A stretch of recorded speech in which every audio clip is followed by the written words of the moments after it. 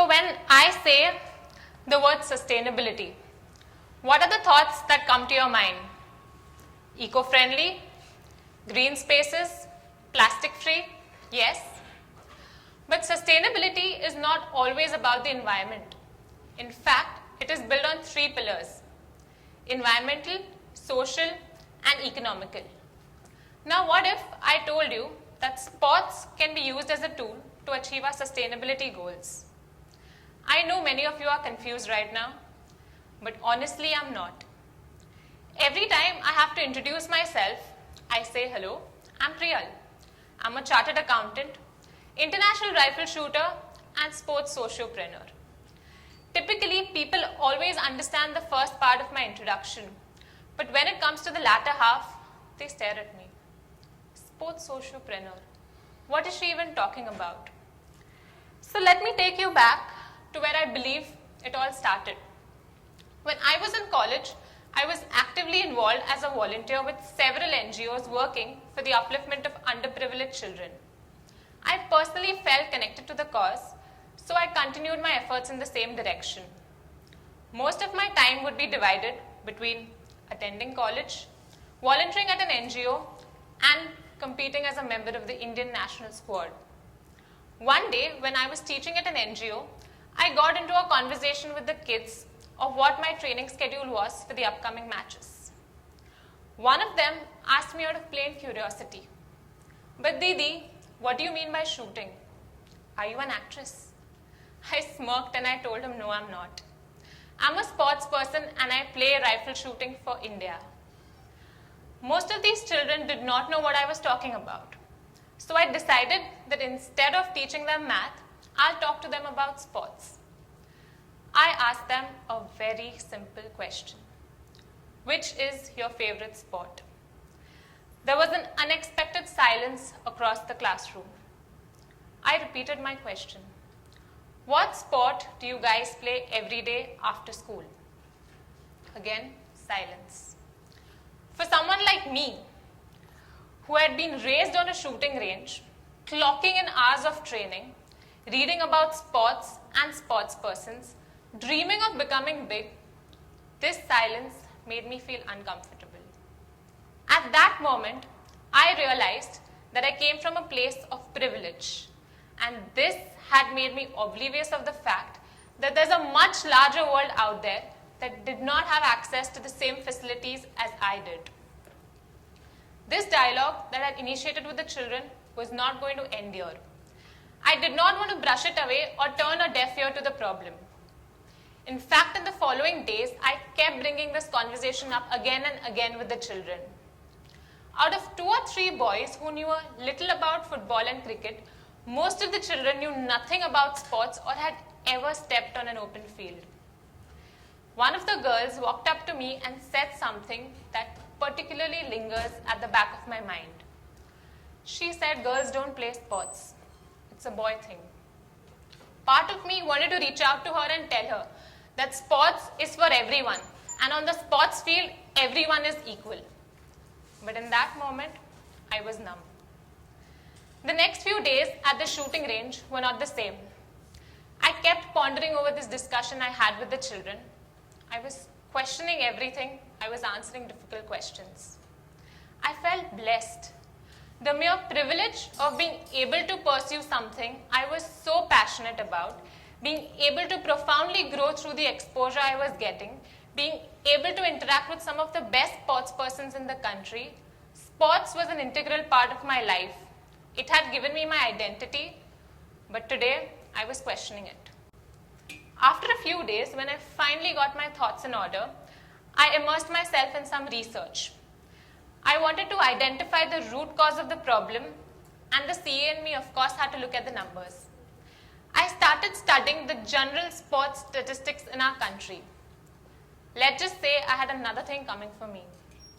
Less than 30% of the female population in our country is engaged in sport. Most of them are not allowed to pursue sport because it is not woman enough or are forcibly pulled out of sport once they attain puberty, given the entire taboo around menstruation so highly prevalent in our Indian society. The statistics for the male population were not impressive either. A mere 50% of the male population is engaged in sport, with a steep inclination towards 2 or 3 selected sports. There is clearly a lack of access to resources and opportunities. Even though I had just started to begin to scratch the surface, I knew I had to do something about this. I had no idea what, where, when, or how that was going to be. All I knew is I'm not going to let this settle without a fight. That day, I decided to become a sports sociopreneur. I kept wondering, how am I going to connect the dots between sport and sustainability? I mean, how often do you even come across someone who uses these two words in the same sentence? But I wanted to be that someone. When we talk about sports, we generally talk about the glamour quotient that is associated with it, or look at it as a source of leisure. But sports is not always about glamorous victories, league matches, or our favorite players. What we fail to see and understand is the transformative power it has to achieve social good.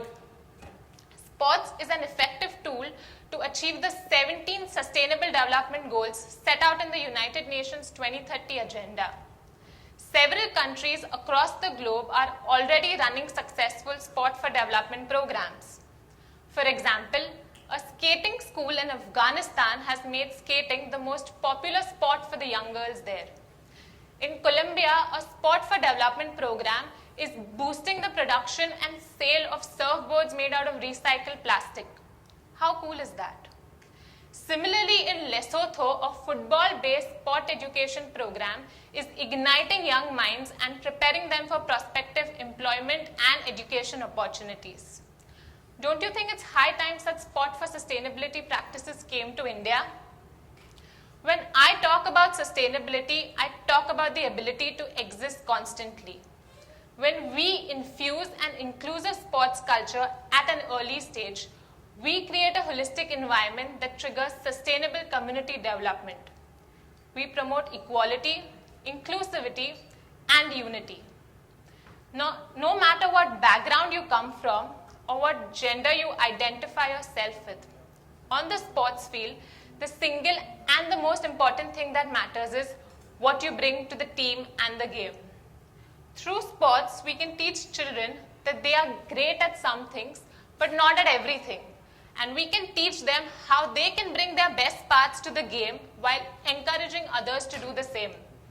Sports teaches them that failure is nothing but a stepping stone to success.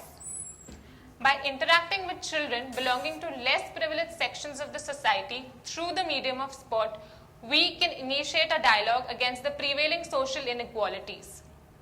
By encouraging more girls to take up sport, we empower them to speak up for themselves, to pursue their dreams, and to break the notion that only men can excel at it. The little steps these girls will take today will help them in the long run to challenge the stereotypical Indian societal norms. Amidst all the struggle of trying to balance sport with sustainability, what really motivates me and fills my heart with joy is the laughter, smiles, and these little aha moments I have every time I see these children trying to learn something new. I always thought that as a sports person, the single and the most important thing that matters is representing your country. But I couldn't have been more wrong. I cannot begin to put into words how I felt when I saw these children learn about sports for the first time. Their first steps on the sporting field, wearing sports gear for the first time, overcoming all their inhibitions and finally immersing themselves in the experience itself. I still get goosebumps. Even though the conversation I had with the children several years ago at the NGO, that conversation still plays a very pivotal role in how I work as a sociopreneur. Now, every time I meet a new set of children, I don't ask them what their favorite sport is. Instead, I give them a blank sheet of paper, pen, pencil, and crayons, and I ask them to draw what their perception of sport is. This helps me understand what they think and feel, giving me a clear picture of where I should be starting as a sociopreneur. 2020 has been a tough year for everyone. As the founder of a social entrepreneurial venture, I had several ambitious plans in the pipeline, but I had to put everything on hold and implement a COVID-19 health advocacy program with immediate effect to support the families of these children belonging to tribal communities and villages. We were supplying food and other essential items because the kind of impact that the pandemic had on the lives of these children is highly underrated.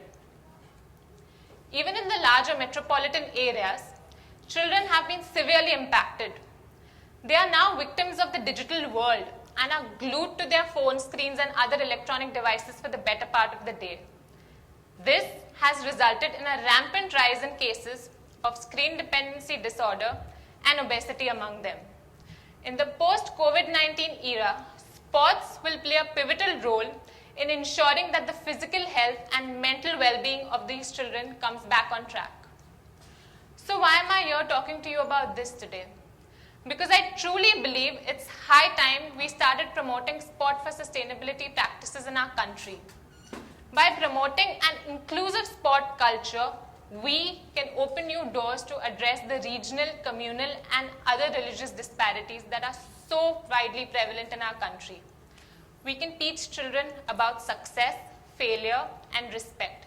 At an early age, we can make them realize that no matter what background you come from, what gender you identify yourself with, or what disability you're born with, everybody deserves to be treated equally. I can only hope that someday we can allow every child in the country to believe in this. Because when we create that kind of a healthy environment, we empower each other. And by empowering the young minds of the country, we can empower an entire generation. Thank you.